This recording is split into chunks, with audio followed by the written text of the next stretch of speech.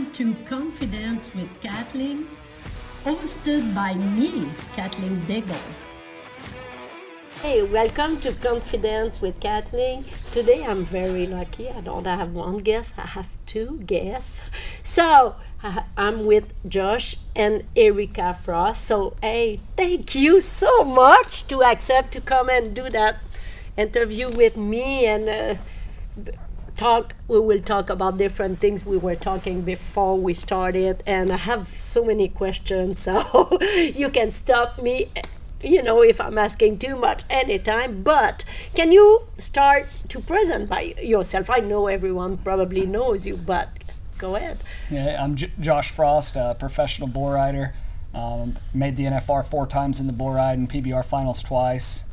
Won the average at the NFR in 2021, and I still rope a bunch. I've won the Lenderman Award 4 times, and that's kind of what I got going on. Yeah, and yeah, Erika. I'm Erika Frost. Josh and I have been married for 2 years now. I am a breakaway roper, and I was a first grade teacher for 2 years, but now I'm just full-time breakaway roper. So you are both always on the road.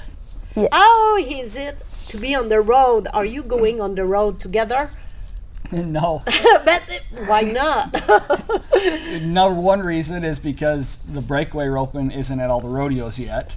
That was funny last summer. I've been rodeoing for 10 years. It was her rookie year last year, so I was I would plan her schedule, help her enter everything, and tell her where to enter. And it seemed like everywhere we went, if I was going to the same rodeo, I'd always have her going a different day than me. And she's like, "Are you doing that on purpose?"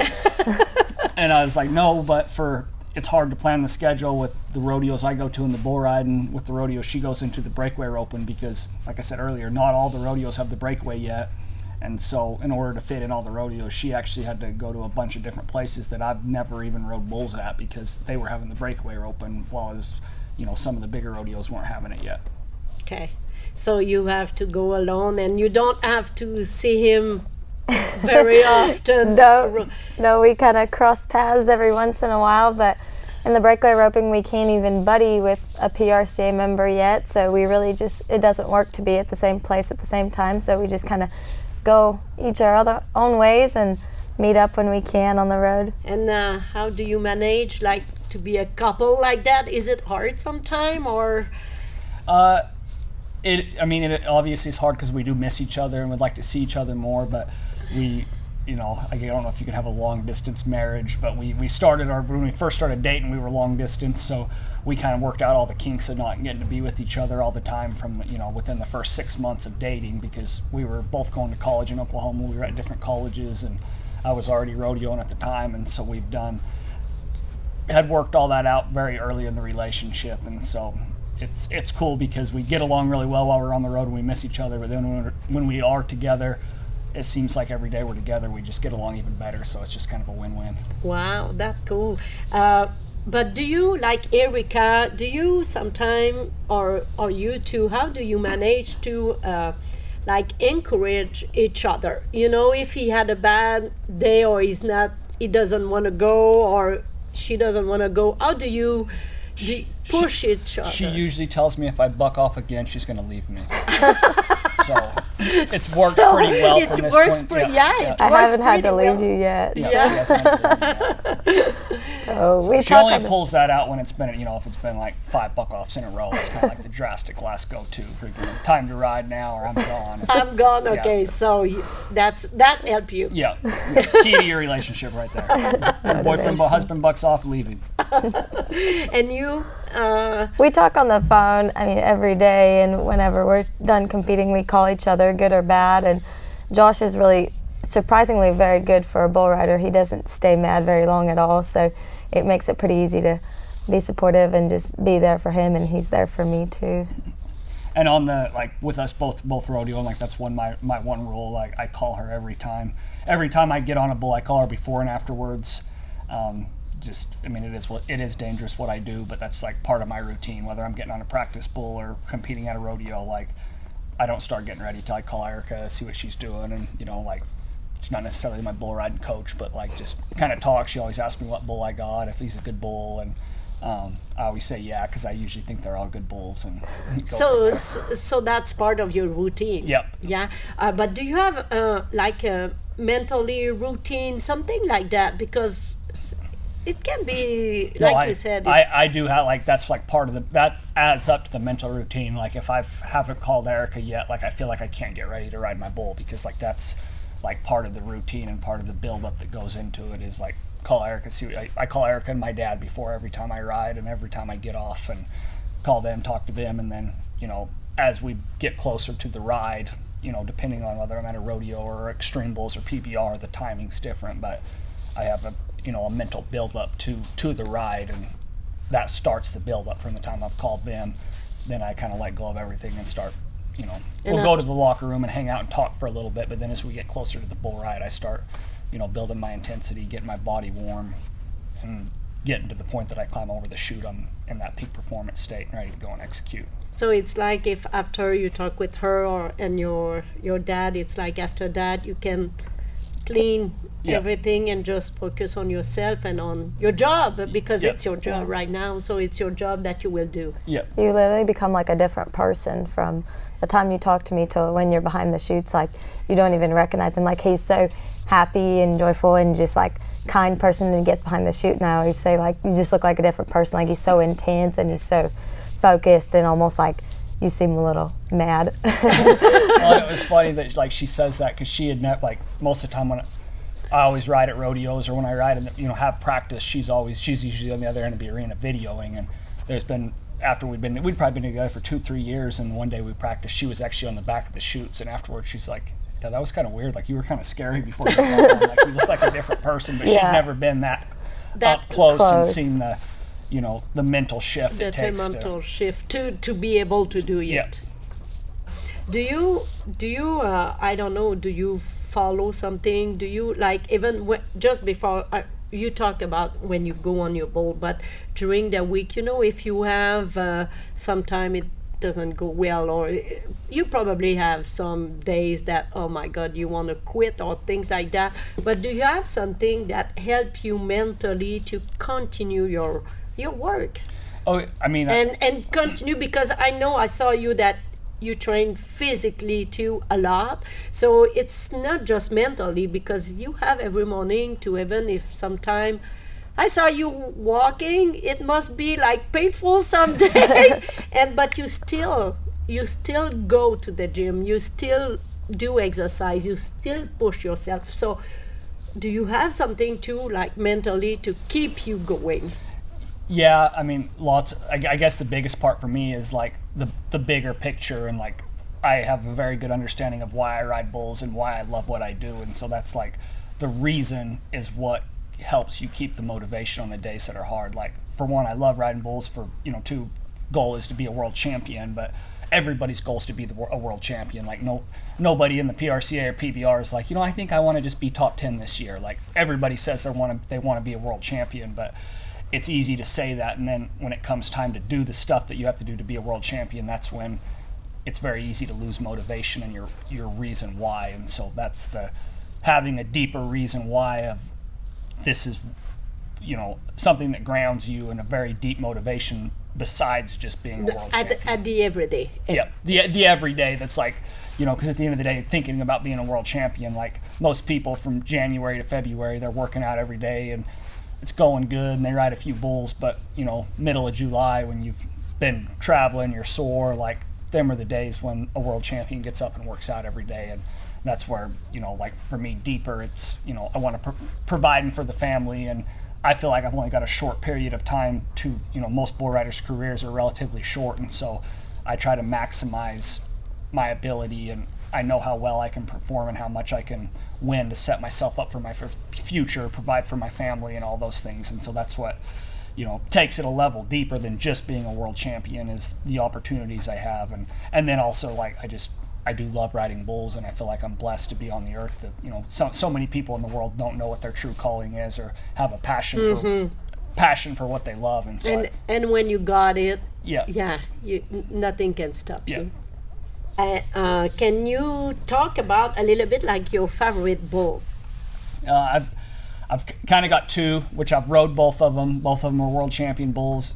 First bull is, they call him Chiseled.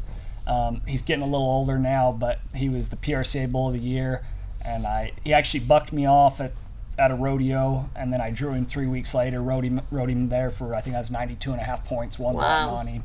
And he's won the guy, like, he's super cool, turns back in the gate, leaps and blows, like, it's, what you dream of riding if you're a bull rider. And so that was one of my favorites. And then another one, riding solo, he was, I think, 2-time PBR Bull of the Year, and the first time I made the PBR finals, I actually got at the PBRs, you do a draft, so they actually let you, every other round, you get to pick your bull depending on where you place in the last round. And it was kind of cool, because that was the first time I'd really been to any, I'd only been to like 2 PBRs, got in through kind of a lucky invite deal to make the PBR finals. And so it was the second round, and everybody kind of knew who I was from the PRCA, but there's always a little attitude between the PBR and PRCA guys at who rides bulls better. And, I rolled in there, freaking first time we had the draft, I think I had third pick, and walked in there and picked riding solo. And like, usually whenever you pick the bulls, everybody's like, oh yeah, that's a great pick, that's going to match you up so good. And I went in there and picked him, and like the whole locker room just kind of went quiet. Not a single person was like, oh yeah, good pick, you got this. And then ended up riding him. I think I was 92 3/4 that night, and so that was pretty cool. And it was cool. They played a whole video about riding. So like Josh was after like the break, and so during the they showed like a 3-minute video about riding solo and his trip. Like that was the first year he ended up winning. They don't win the Bull of the Year till after the finals, but he was leading the Bull of the Year at the time, and so it was like pretty cool hype up video to it. Yeah, they really hyped it up. So everybody was on like the edge of their seats. Everybody was waiting to see what would happen, and so it was pretty cool. And you were a rookie in the PBR that year, so everybody was like, it was the story, like the rookie who picked riding solo, and it was pretty cool.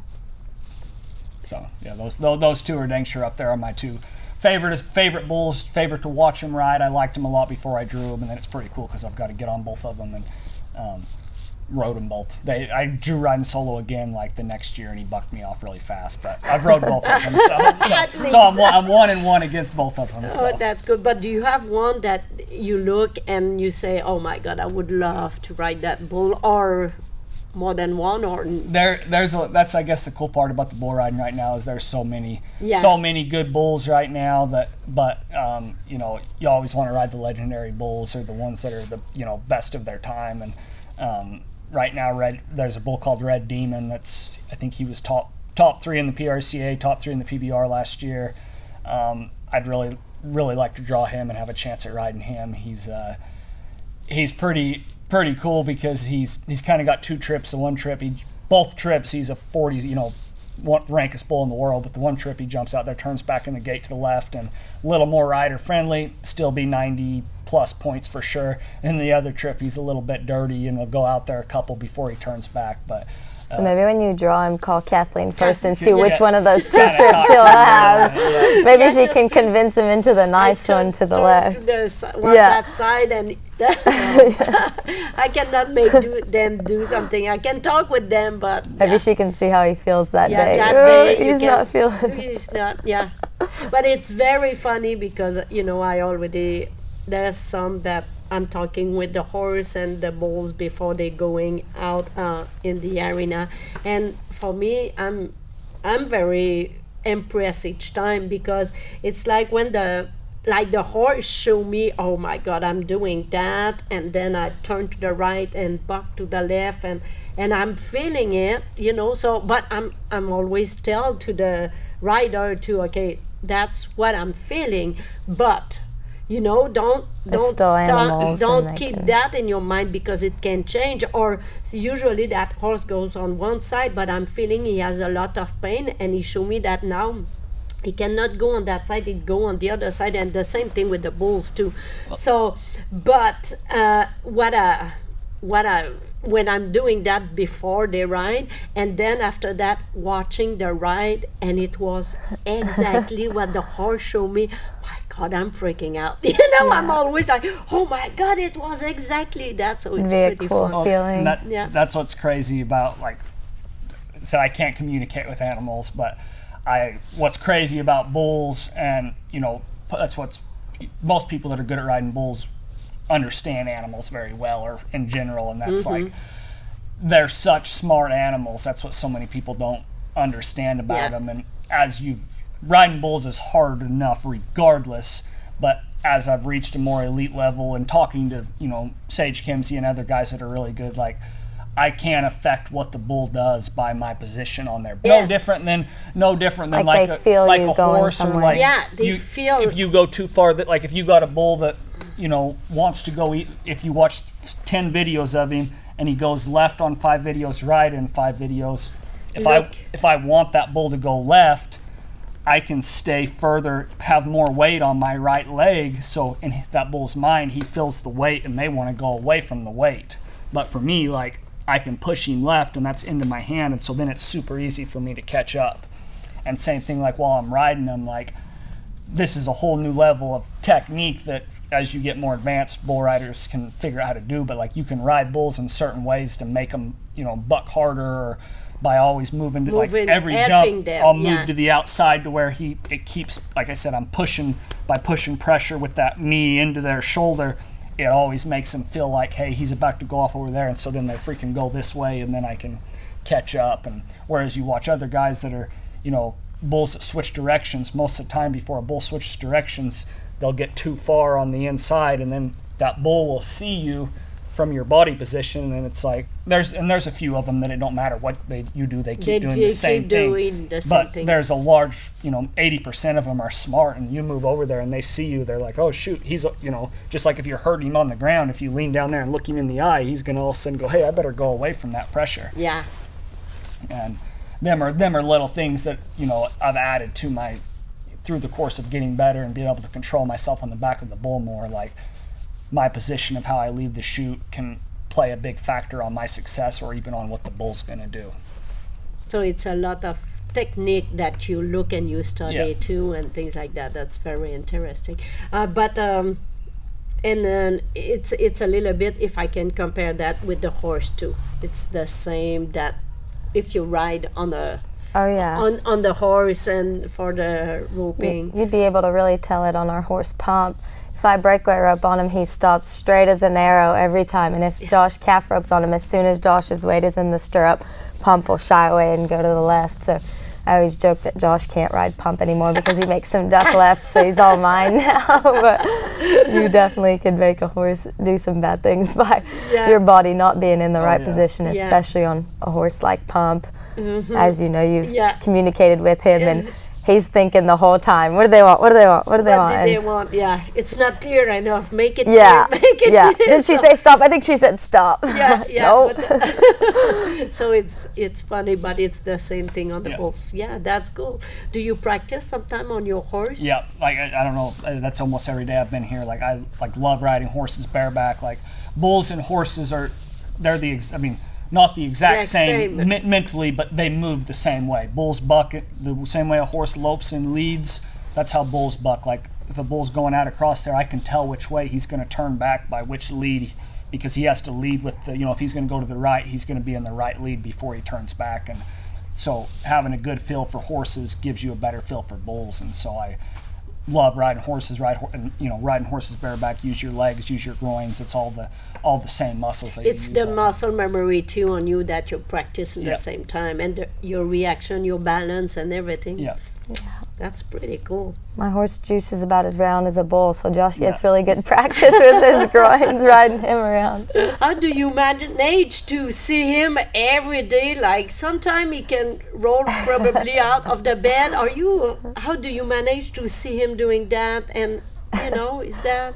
It was actually funny that one day at a pro rodeo in Vernal, Utah, Shelby Medjid asked Josh and I, she asked, how do you do it, Erika? How do you watch him get on bulls? I don't know how you do it. And Josh was jokingly and said, well, you see that brand new horse trailer she's got out there in the parking lot? That's how she does it. So that's not the reason, but that's not the thought reason. That was pretty funny. I guess I've always known him to ride bulls ever since we've met. He's been riding bulls, so it's just kind of what he does. And there's not really anything I could ever say to change that, and I wouldn't want to change that. It's part of him, so I just be there and be supportive for him, and just kind of hope pray for the best. Yeah, all the time. Oh yeah. But you two, we just talk about the bull riding right now, but you are not just bull rider. You do the breakaway, but you do calf roping too. So you do the calf roping too. So I have the chance to saw you with your horses too, and how much both of you love your horses. Erika, I know. Oh yeah. So you love your horses, so I'm feeling that's a part that you have together too, that you share. It's the love for the animals. Yes. But so after, I hope you will do bull riding until you achieve all your goals and for a few years. But I know that maybe you have other goals too, and it makes the horse part of it. Oh yeah. We both. That's, I guess, something we both have in common from the first time we met. Which she was a barrel racer at the time. I was college rodeo, and so I was team roping calves, steer wrestling, riding bulls, and I guess just the love.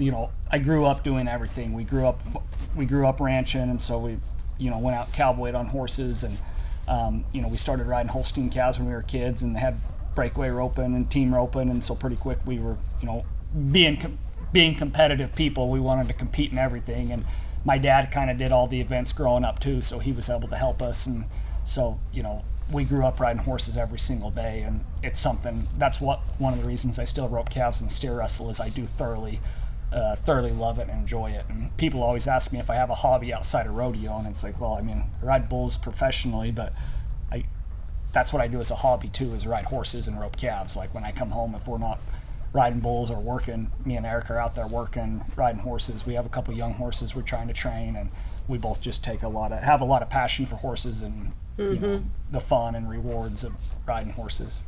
And the roping might be the only reason we were allowed to get married, because my dad, when I first talked about Josh, he said, bull rider? Yeah, no way. And I said, no, he ropes calves too. And he said, oh, okay, maybe. Yeah, that was his selling point. It was funny though, because the first time I met him, he said we were both at college, we were different colleges in Oklahoma, and there was a calf roping jackpot that was close to the college rodeo, so Patrick flew in. Eric was like, yeah, Josh is roping, you come watch him. And literally first calf I run out there, freaking roping, my horse sucks back, I catch the calf, I land right on my face, and Patrick's like, is he actually a calf roper, or is he just trying to rope calves today to impress me? And Eric was like, no, he actually practices a bunch. That was a fluke deal. Yeah, it was rough. And knowing your dad, oh my God, he must be very like, this is my girl. Yeah. Yes. Yeah. Yeah. Yeah. But I think you were the only guy at that jackpot that was fully dressed in cowboy attire, and my dad thought that was the coolest thing. So I think you gained a few more points right there.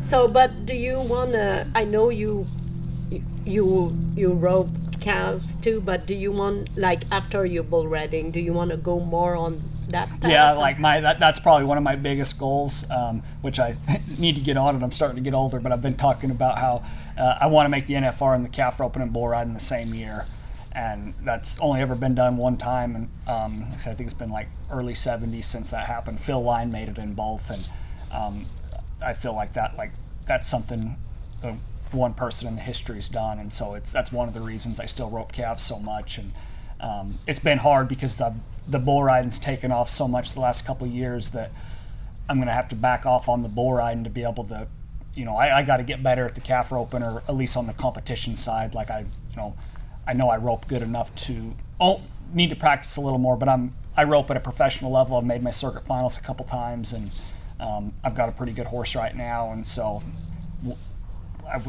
very soon I'm going to start entering the calf roping more.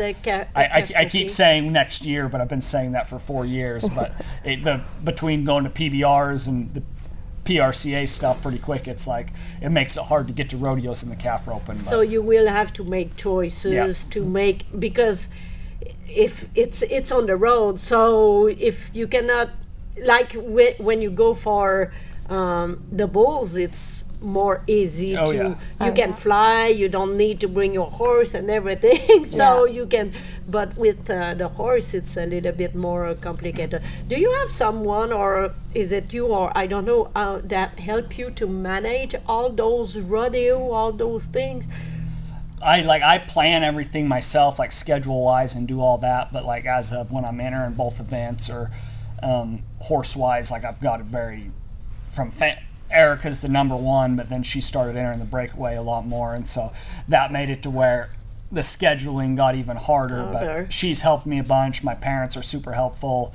I got a really good friend in Utah. His name's Chet Moore, and that's let me ride a steer wrestling horse a bunch, and he always, does really good at, we plan the schedule, I'll enter us, and there's times I'll fly in and he'll be there with the horses and, or go pick my horse up at my house. And so I've been pretty lucky with the group of friends I've had, friends, family, and Erika to help me schedule and plan everything the way we have. On everything.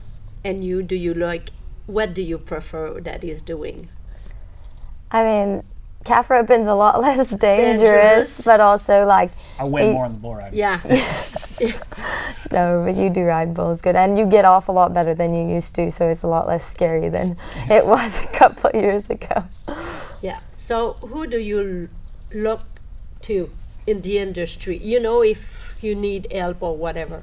Definitely my dad and my brother. Like set up, my brother made the NFR 5 times. He was a very successful bull rider, and so like we kind of grew up riding bulls together. So it's pretty cool having him and my dad in my corner. Like there's other bull riders that I talk to a lot about bull riding and stuff, but Joe and my dad have both been my biggest mentors, and they know everything about me, everything I've ever done to be a bull rider, and so they can dang sure pick apart stuff if I'm struggling, or better than anybody else out there. And that makes me think about something too, like how do you like with the bulls, because as an animal communicator, for me it's a lot the animals, and I talk with some bulls too, but how do you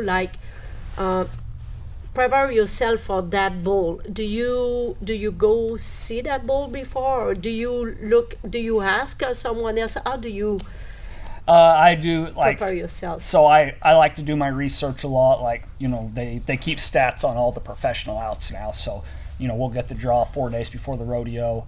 What bull you're going to get. You can look him up on Pro Bull Stats or PRCA Stock Stats, see who's got on him, what rodeos, what is how well the bull's bucked, and then through the Cowboy Channel, Instagram, social media, it's really easy to track down videos of the bull. And so I like going and watching the videos primarily for the fact of then I can get my own opinion, see what the bull actually does.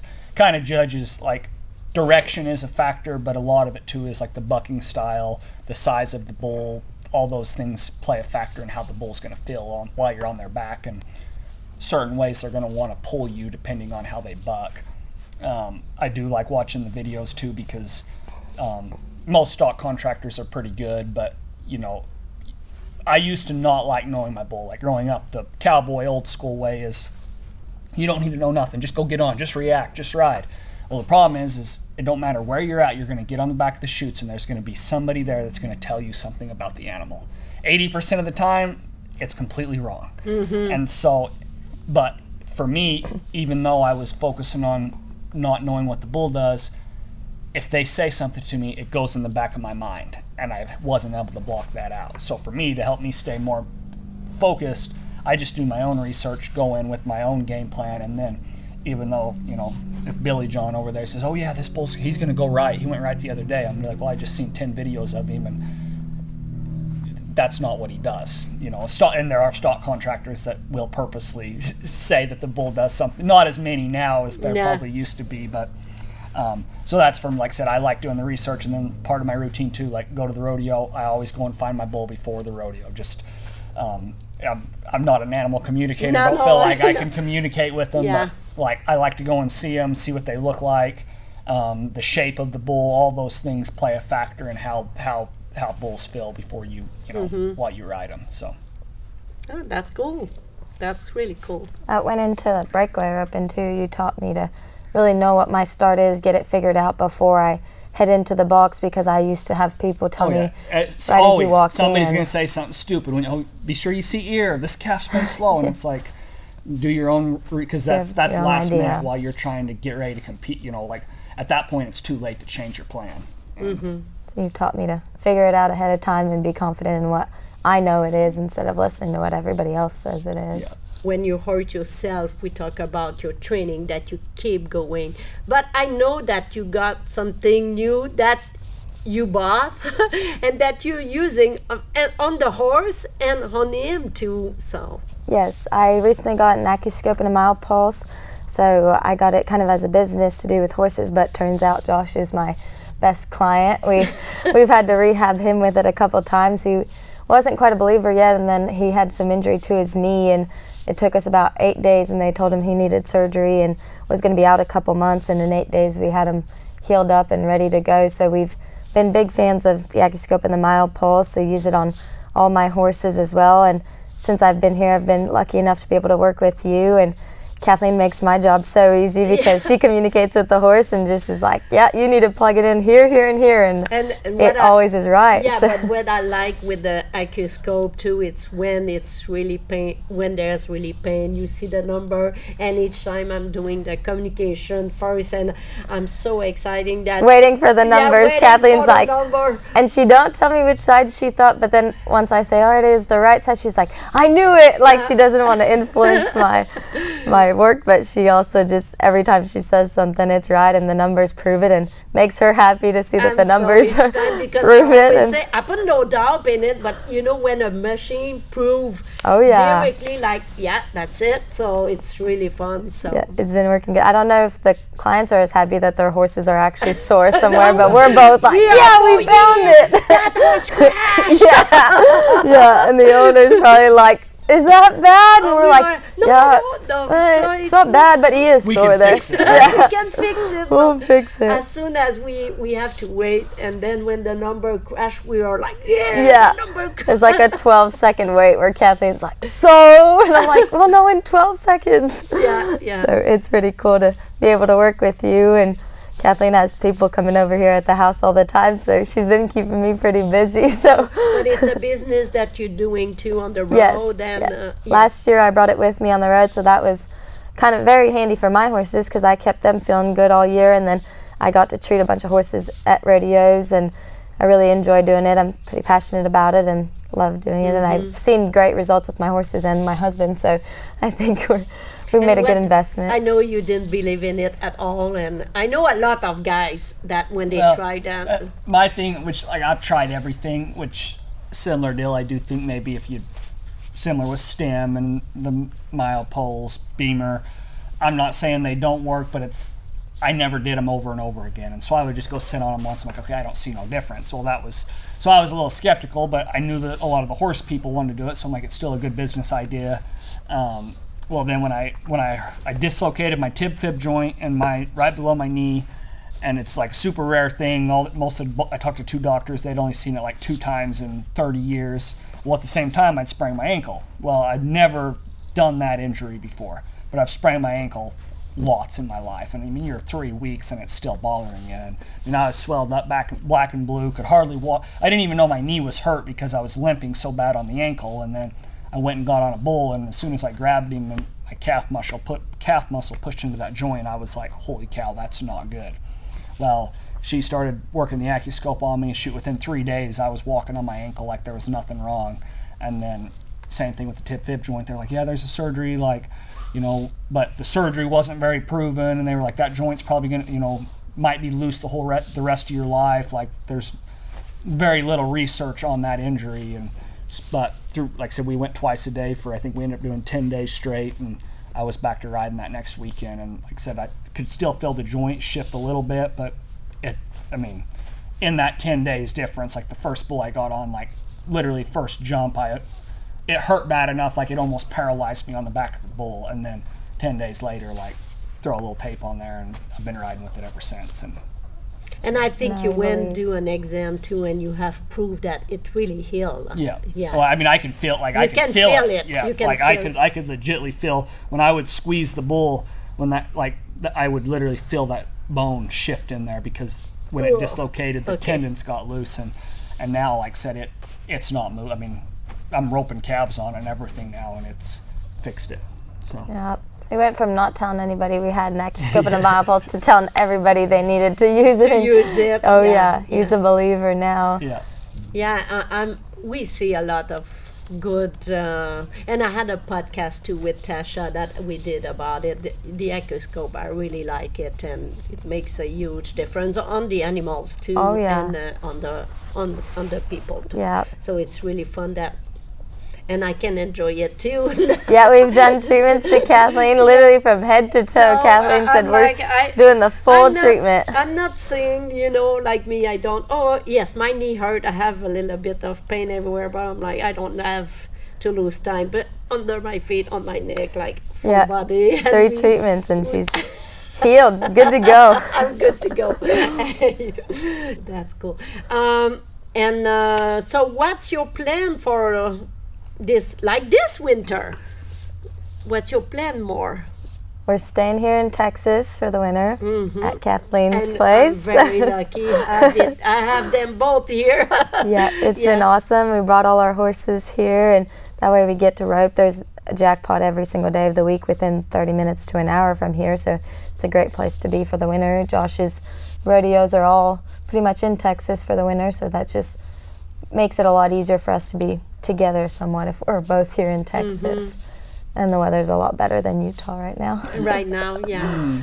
But after that, Depends. you will go back and you will follow do you really want to start more professional, go more in the rodeo here, down here, and Yeah, for I this went year? last year. I decided I was going for the Rookie of the Year, so I went pretty much everywhere or everywhere I could get to. Josh had to kind of reason with me sometimes because I would drive all night to go to a $500 added rodeo, and Josh was like, that's not really smart. So he had to help me kind of schedule my things, but I really did love being on the road. I rodeoed all year with his little sister, and it was a blast. She's the girl version of Josh, so it was a lot of fun. She's a winner and kept me going too, and I kept her going, so it was really awesome to be out there with her. I think that's the main thing about being out there all summer or all year is finding somebody you can go with and that's there for you as much as you're there for them, because you spend a lot of time together. So if I don't get to go with Josh, his sister's the next best thing. That's really cool. That's really cool. But and you, for this winter, what is your plan? so we said the calf roping too, but Yeah. Last winter last year I made the PBR finals in the NFR, or ended PBR teams, and came up short, was second in the world again in the bull riding for the PRCA.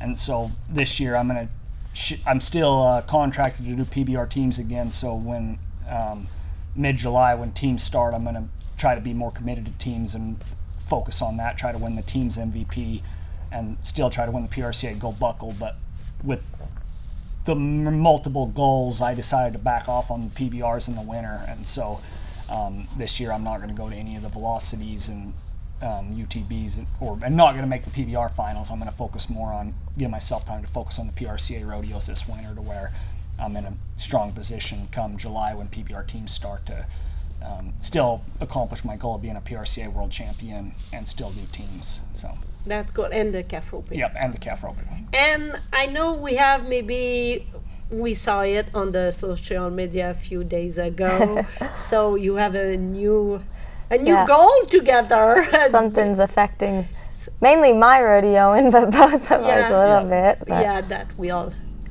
you can say it. Yeah. So that's part of the part of the plan. part of the plan, I know. which that's what was, I guess, part of the factor of wanting to do teams was we have a baby due in August. So Yes. And it's a baby girl. Baby girl. baby girl. Baby Poor girl. Josh. Yeah. He's got 2 girls to spoil now. Yeah. 2 to spoil, yeah. Hey, Yeah. congratulations. I'm very, Thank very you. happy We're for very you. excited. And I hope, maybe next winter you can come back with us with the baby. And Oh, yeah. I can be the nanny. Not all the time, but a few days. Yeah. Just to help you. Yeah, we still both want a rodeo, so we're gonna need all the help we can get. You but can get. we yeah. don't. I mean, I'll probably rodeo through the winter and then kind of slow down a bunch after that. But plan on being back to rodeoing after we have the baby, and Josh will probably be a little harder to be gone a lot, but at least we'll get to go with you more this summer. So That's it'll be cool. fun. Yeah.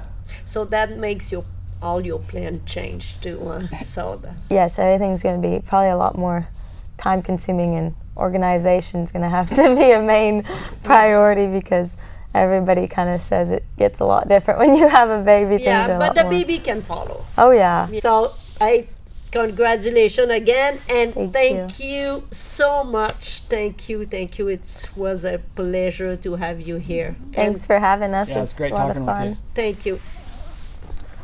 Thank you for sharing your time with me. Please make sure to follow, like, share, subscribe on all my social media, and don't forget to leave me a review. If you want to learn more about me, visit my website, Konfidence.com with a K, where you can also order my book.